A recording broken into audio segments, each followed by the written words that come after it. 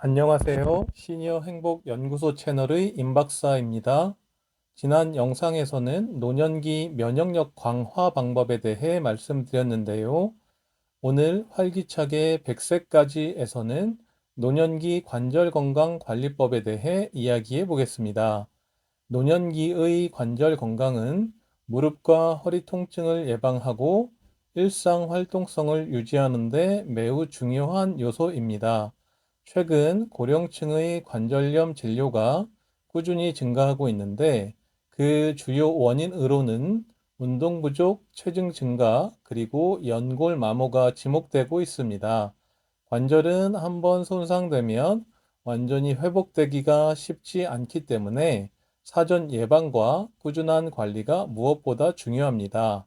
실제로 무릎 통증을 호소하며 병원 재활센터를 찾으시는 어르신들이 점점 늘고 있습니다. 예전에는 나이가 들면 당연한 것이다 라고 생각하며 참고 지내셨지만 지금은 상황이 다릅니다. 꾸준히 관리하면 관절의 노화를 충분히 늦출 수 있습니다. 오늘은 일상 속에서 바로 실천할 수 있는 관절 건강 관리법을 쉽고 구체적으로 알려드리겠습니다. 더 자세한 내용은 고정 댓글에 있는 활기차게 100세까지 블로그에서 확인하실 수 있습니다. 그럼 시작하겠습니다.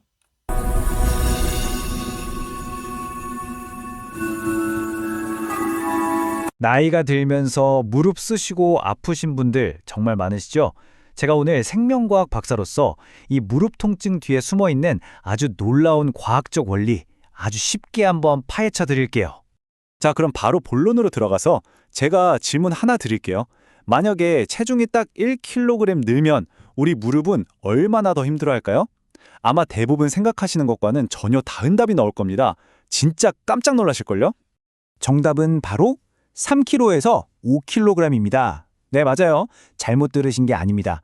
체중이 딱 1kg 늘었을 뿐인데 우리가 한 걸음 한 걸음 내디딜 때마다 무릎은 무려 3kg에서 5kg의 압력을 추가로 버텨내야 한다는 거죠. 이게 도대체 어떻게 가능한 걸까요? 이 놀라운 배수 효과의 원리부터 우리가 뭘 할 수 있는지까지 지금부터 제가 하나하나 알려드릴게요. 자, 그래서 오늘은요, 이 충격적인 배수 효과의 원리를 시작으로 무릎 통증의 4가지 핵심 원인을 짚어볼 거고요.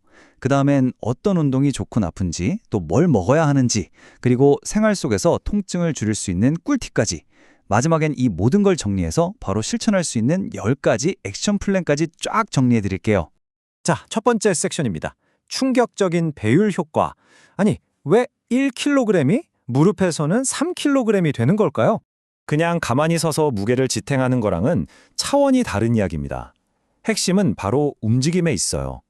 우리가 걸을 때, 계단을 오를 때, 이 움직임 자체가 지렛대 원리처럼 작용해서 실제 체중보다 훨씬 더 큰 힘을 관절에 싣게 되는 거죠. 이걸 생체역학이라고 하는데 바로 이 원리 때문에 체중 관리가 다른 어떤 것보다도 관절 건강에 가장 중요한 열쇠가 되는 겁니다. 자, 그런데 체중이 문제의 전부는 아니에요. 사실 무릎 통증은 여러 가지 요인들이 아주 복잡하게 얽혀서 나타나거든요. 그럼 이 체중 문제가 다른 주요 원인들과 만나면 어떤 일이 벌어지는지 한번 깊게 들여다볼까요? 자, 이 표를 보시면 4가지 원인이 나오죠. 연골마모, 근력 약화, 체중 증가, 그리고 만성염증. 근데 여기서 진짜 중요한 건 뭐냐면요. 이 4가지가 따로 노는 게 아니라는 거예요. 서로 꼬리에 꼬리를 물고 악순환을 만드는 거죠. 예를 들면 이런 거예요. 허벅지 근육이 약해진 상태에서 살이 찌면 어떻게 될까요? 그렇죠. 연골이 버티지 못하고 훨씬 더 빠른 속도로 닳아 없어지는 겁니다. 자, 그래서 운동이 중요하다고들 하는데 여기서 정말 중요한 포인트가 있습니다. 무릎을 보호하려면 운동도 가려서 해야 한다는 거죠. 어떤 운동이 우리 무릎에 약이 되고 또 어떤 운동이 독이 되는지 한번 알아볼게요. 핵심 키워드는 바로 저충격입니다. 왼쪽에 있는 수영이나 실내 자전거 같은 운동들, 이런 것들은 관절에 직접적인 충격을 주지 않으면서 주변 근육을 탄탄하게 만들어주죠. 반면에 오른쪽에 있는 활동들을 보세요. 특히 등산할 때 내려오는 길. 이때 무릎에는 체중의 6배에서 8배에 달하는 충격이 가해집니다. 어마어마하죠? 무릎이 이미 아픈 상태라면 이런 활동은 정말 피하셔야 합니다. 근데 여기서 많은 분들이 이런 질문을 하세요. 아니, 무릎이 이렇게 아픈데도 운동을 하라고요? 정말 중요한 질문이죠. 과연 정답은 뭘까요? 정답은 네. 하지만 골라서 하셔야 합니다. 모든 운동을 다 중단하라는 게 아니에요. 수영처럼 부드러운 움직임은 오히려 관절을 부드럽게 하고 통증을 줄여줄 수 있습니다. 여기서 딱 한 가지만 기억하세요. 운동을 하다가 통증이 더 심해진다? 그럼 그건 내 몸이 보내는 멈춤 신호입니다. 즉시 중단하고 전문가와 상담해야 해요. 내 몸의 소리에 귀 기울이는 게 가장 중요합니다. 자, 지금까지는 어떻게 움직여야 하는지에 대해 알아봤죠? 이제는 뭘 먹어야 하는지로 넘어가 볼게요. 우리가 먹는 음식이 우리 몸속에서 염증 반응을 일으키기도 하고 또 잠재우기도 한다는 사실 알고 계셨나요? 보시면 오메가3는 염증을 억제하는 소방수 역할을 하고요. 칼슘과 비타민 D는 뼈를 단단하게 만들죠. 또 콜라겐은 연골의 재료가 되어주고 항산화 물질은 우리 몸의 녹을 제거해주는 역할을 합니다. 이런 영양소들이 풍부한 음식을 꾸준히 챙겨 드시는 것만으로도 우리 관절을 안에서부터 튼튼하게 만들 수 있는 거죠. 반대로 이건 정말 피해야 하는 것들이 있습니다. 바로 술과 설탕이에요. 이 두 가지는 우리 몸속 염증에다가 기름을 붓는 격입니다. 관절이 아프시다면 이 두 가지만이라도 꼭 멀리 하셔야 합니다. 자, 이제 운동과 식단 얘기를 했으니까요.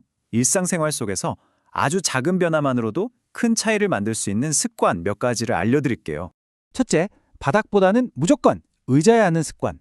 둘째, 욱신거리고 뻣뻣한 만성 통증에는 혈액순환을 돕는 온찜질. 갑자기 삐끗해서 붓는 급성 통증에는 냉찜질. 셋째, 신발은 꼭 쿠션 좋은 걸로 신어서 충격을 흡수해주는 거. 이런 사소한 습관들이 매일매일 쌓여서 우리 무릎의 부담을 엄청나게 덜어준다는 사실 잊지 마세요. 자, 지금까지 정말 많은 이야기를 나눴죠.